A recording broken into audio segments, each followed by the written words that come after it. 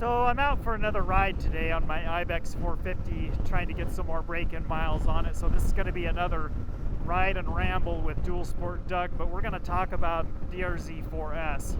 So about 2 weeks ago, somebody asked a very interesting question on one of my videos, and it was, if I didn't have the DR-Z4S or the DR-Z400, which would I buy? That is a very difficult question to answer because there's so many factors that play into it. But I guess at the end of the day,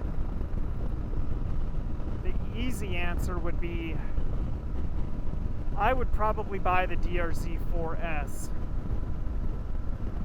So let's get into some discussions about what factors can play into somebody's decision to buy one versus the other.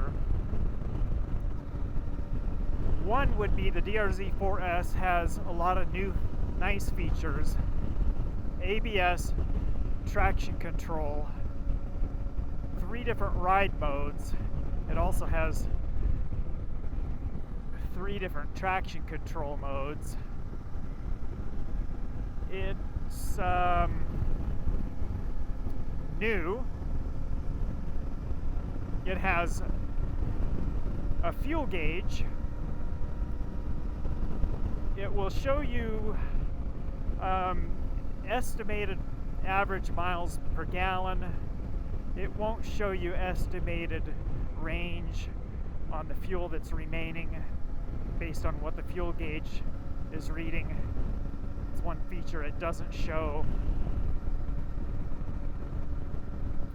It shows voltage on your instrumentation, which is a nice feature to have. I have had issues on my old DR-Z where the battery started dying because of the charging system lacked the output, and me also running a bunch of accessories to the point where I actually completely killed the battery on a ride. And had I seen the voltage on the display, I would have known that there was an impending issue.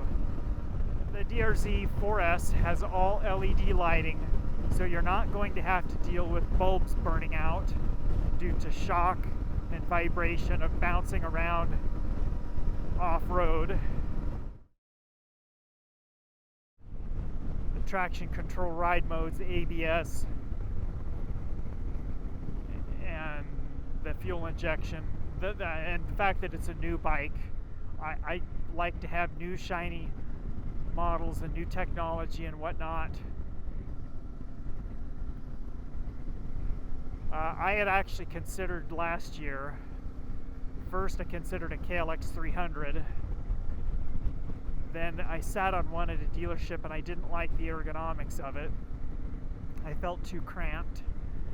Then later in the year I considered a CRF 300L or a Rally. I ruled that out after hearing all the different YouTube reviews of how squishy and soft the suspension was. Knew that I would push that bike beyond its limits for the stock suspension, and I also didn't have a whole lot of desire to get a smaller CC motorcycle because I knew that it would probably be a letdown after having ridden my current DR-Z400 for so many years. Just probably down on power and whatnot. I really badly wanted a fuel injected bike though for my primary dual sport bike. Decided that at some point in time Suzuki is going to come out with a fuel injected DR-Z, and lo and behold they did, so that's what I set my sights on.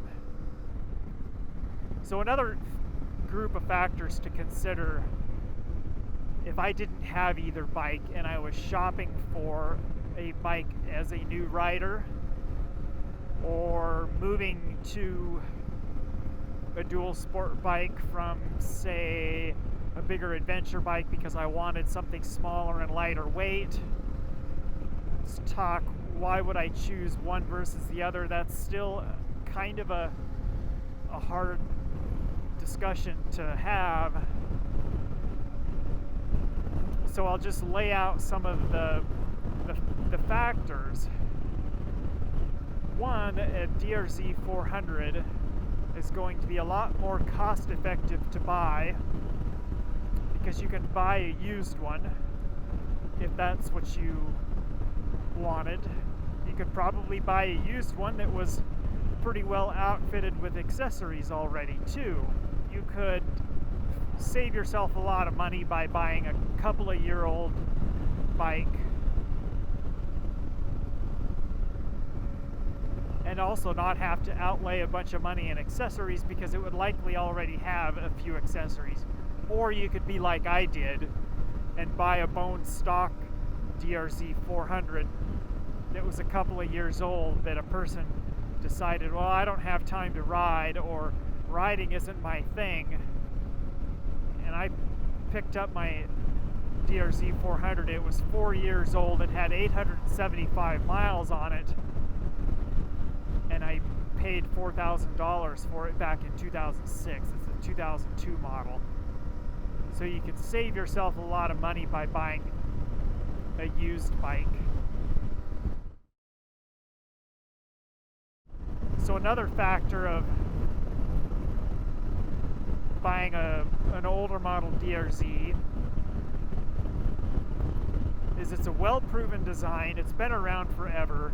It has a huge aftermarket following, and every problem that's ever happened to a DR-Z, there's probably a discussion about it on the internet somewhere, whether it be a Facebook group or a Suzuki motorcycle forum or a big discussion forum called thumpertalk.com, which pretty much is the go-to forum for single-cylinder engines or single-cylinder motorcycles, hence the reason it's called Thumper Talk. If you trash the bike and need new body work, there's various aftermarket companies making body work for the DR-Z, or you can buy OEM used body work on eBay. For that matter, you can buy just about every imaginable part for a DR-Z on eBay. I have bought 2 sets of new white bodywork because I wanted a DR-Z that was white. Let's see, I have bought a rear brake light switch because my OEM brake light switch got all messed up. It wasn't releasing properly, and when it doesn't release, it jams the rear brake and keeps the brake applied due to its design and how it's mounted and how it functions. So used parts availability, stuff can be picked up till the end of time on eBay.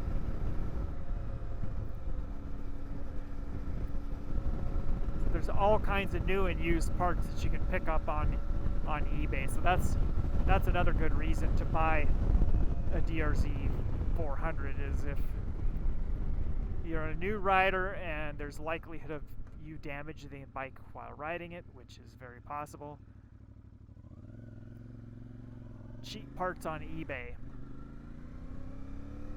That is an actual situation I am encountering right now with my DR-Z4S.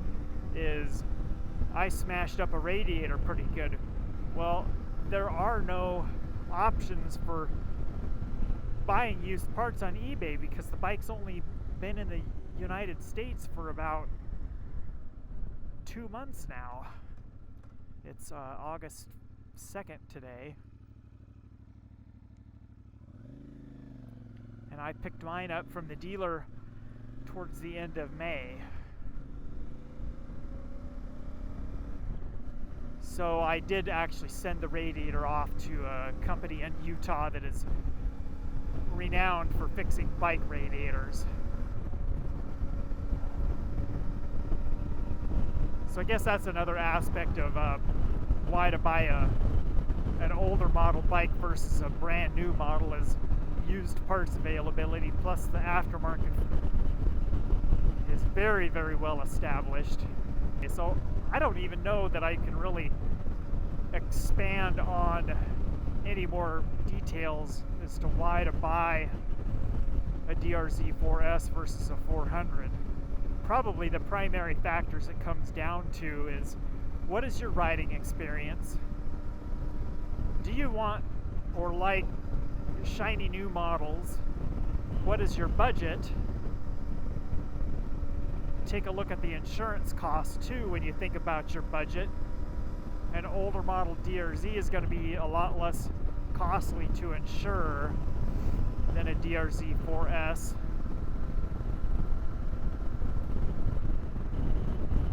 And how much do you intend to ride? If I was going to only be able to ride, say, 1,000 to 2,000 miles a year, I would have a hard time justifying the expense of a DR-Z4S, having that much money tied up in something that was going to sit around most of the time. I would be much more inclined to spend less money, because then I wouldn't feel as guilty about having a toy sitting in the garage that didn't get used from October through April, because I live in an area where I don't ride from October through April. In fact, I don't even usually get out on my first ride until early to mid-May.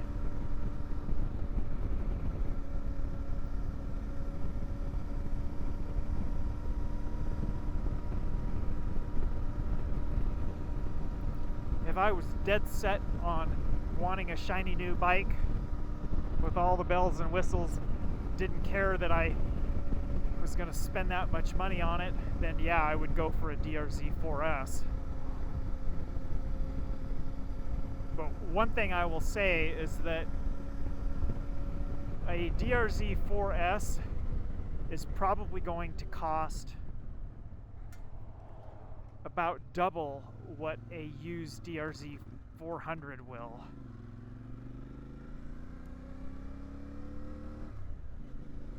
You should be able to find a very well cared for DR-Z400 for $4,000 to $6,000. $6,000 is a lot more than I think I would be willing to spend on a DR-Z400 unless it was bone stock and still had the street tires on it and very, very low mileage.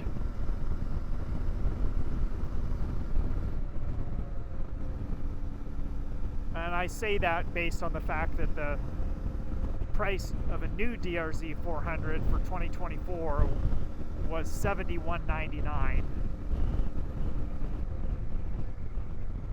People are just all over the road here. It should be very easy to find a late model or later model, say within the last 5 years, DR-Z400 that hasn't been thrashed or abused and might have a few aftermarket parts on it for $5,000. The newer you get, the higher the price is going to be, obviously. So I guess that probably just about wraps up my ride and ramble about buying a DR-Z400 versus a DR-Z4S. If you've got either of those bikes, or if you are interested in either of those bikes and have a need for some aftermarket parts that you can pick up on Amazon or any other Amazon related stuff, check out my Amazon affiliate links down in the description below.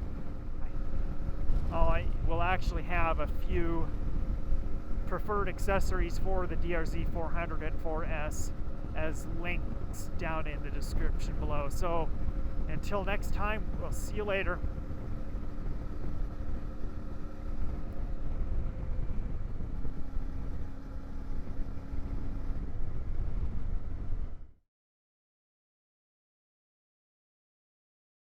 And holy smokes, my grip heaters are on from last night. The ABS is a good reason. Also, holy crap. I hope that that was just a stinking stick.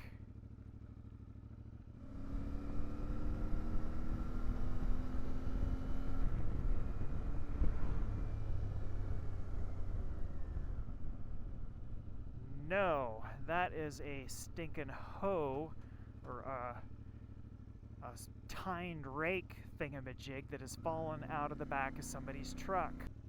Fortunately, this is a very seldom traveled road. Ugh, I hit the thing right in the middle, so it wasn't... Oh, criminy. What do you do with crap like this?